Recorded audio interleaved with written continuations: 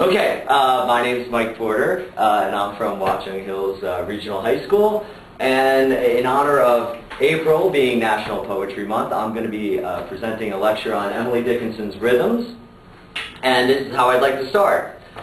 Emily Dickinson once wrote, "This is my letter to the world that never wrote to me, the simple news that nature told with tender majesty. Her message is committed to hands I cannot see. For love of her, sweet countrymen, judge tenderly of me." Now I read that poem, and when she says, "This is my letter to the world," I always assume that she's talking about her own poetry. You know, her poetry is her message to the world. And then when she says the line, "This message is now committed to hands I cannot see," I think she's talking about us, her readers, and especially people like me, who are going to try to interpret her poems and mess with her message and maybe even get it wrong. And then she finishes that poem with the line, you know, "judge tenderly of me." And I think what we've seen over the course of our history is we've judged her way more than tenderly. We now look at Emily Dickinson as one of the most amazing imaginations ever in all of American literature. And you know, the critical reception of her poems is probably stronger today than it's ever been. Now, when you think about Emily Dickinson, normally what people think about is her strange capitalization, her really startling metaphors, and all those crazy dashes that she uses. That's sort of her signature trademark. But when you think about the capitalization and the dashes, what you're really thinking about is the way the poem looks on the page. What I want to talk about today is really her use of rhythm, the way these poems sound. And I think by listening to the poems carefully and listening to the sound of the poems, it opens up a whole new level of meaning behind these poems. Okay, so let's kind of get started. The first thing I have on the handout, which I unfortunately don't have up here today, when I was preparing to teach these poems, I found this in a textbook about Emily Dickinson.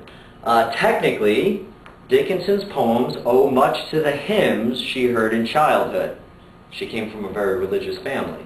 The rhythm she adapted to her poetry. Many of her poems consist of alternating 6- and 8-syllable lines. That's the most popular form of rhythm in old Protestant hymns. Okay, so Emily Dickinson is going to use this alternating pattern, a line of 8 syllables, followed by a line of 6, followed by a line of 8. And this, for her, comes from the hymn book.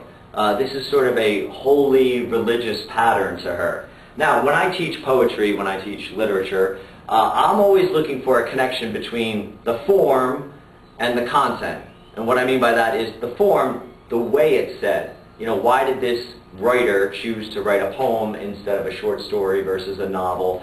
Why did this poet choose a sonnet form versus some other kind of form? So what's the connection between the form, the way they say it, and the content? What's the subject matter that they're talking about?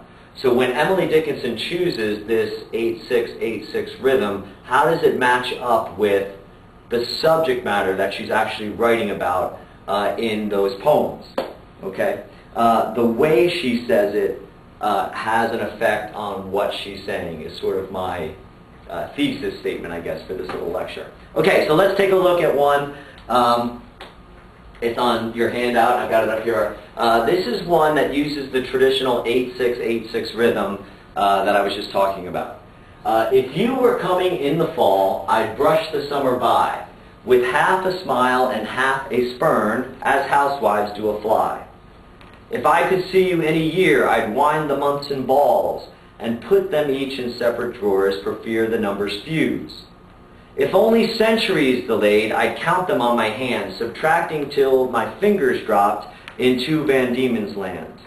If certain, when this life is out, that yours and mine should be, I'd toss it yonder like a rind and take eternity. But now, uncertain of the length, of this that is between, it goads me like the goblin bee that will not state its sting. Okay, now, when we take a look at this poem, Can we make it bigger? I can't, no, I'm sorry. Okay, sorry. What I think about with this poem is, this seems to be almost like a love letter written to a distant love. You know, somebody that she's not with. Okay? And you start, you notice the time periods keep getting larger and larger. We start with the fall and the summer, you know, just a season, about 3 months. We move on to a year, we move on to centuries, and then we move on to eternity. So the time period keeps getting larger and larger with each stanza.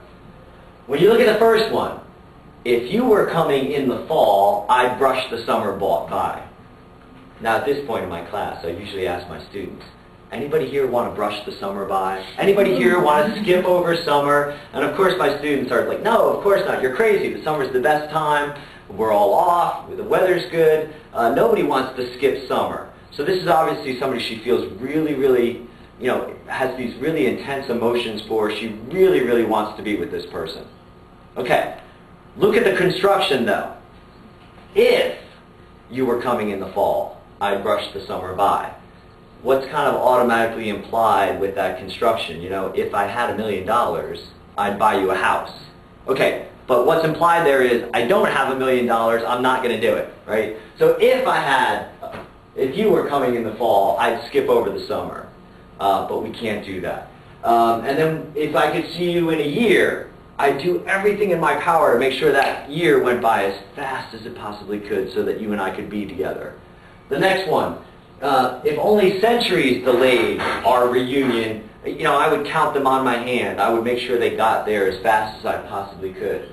If I was certain when this life was out that you and I could be together, I'd throw away this life like a rind, like a piece of fruit. And I choose eternity because then you and I could choose eternity. But all of this is uncertain, right? I'm not sure you're coming in the fall. I'm not sure we're going to be together in the afterlife. And then she ends with this stanza. But now, uncertain of the length that is between our reunion, it goes me like the goblin bee that will not state its sting. Okay, now this is one of, you know, her really striking similes. You know, this is what Emily Dickinson is famous for. You know, the fact that I don't know when you and I are going to be together, it's like one of those bees buzzing around. You know, and you almost feel like, get away. And it would almost be better if it just would sting me and get it over with, and then I could move on. I would feel the pain and it would be over and I could get on with my life. But because it just keeps goading me, this uncertainty is always there tormenting me, etc. Okay, so that's what generally what this poem is about. Really kind of, I probably oversimplified it a little bit, but that's okay. Because what I really want to look at is the rhythm. Okay, what we need to do to examine her rhythm is count the syllables per line. Okay, so you've got the handout there with the poem in front of you. You can count the syllables per line here. I like to do it using my fingers, because my fingers, I have 5 fingers and it's easy for me to count that way, because I'm an English teacher, not a math teacher, right? So I do it with my fingers and I go, if you were coming in the fall. And then I look down at my finger and I say, okay, that's 8. I'd brush the summer by. Okay, that's 6. With half a smile and half a spurn. Okay, that's, again, 8. As housewives do a fly.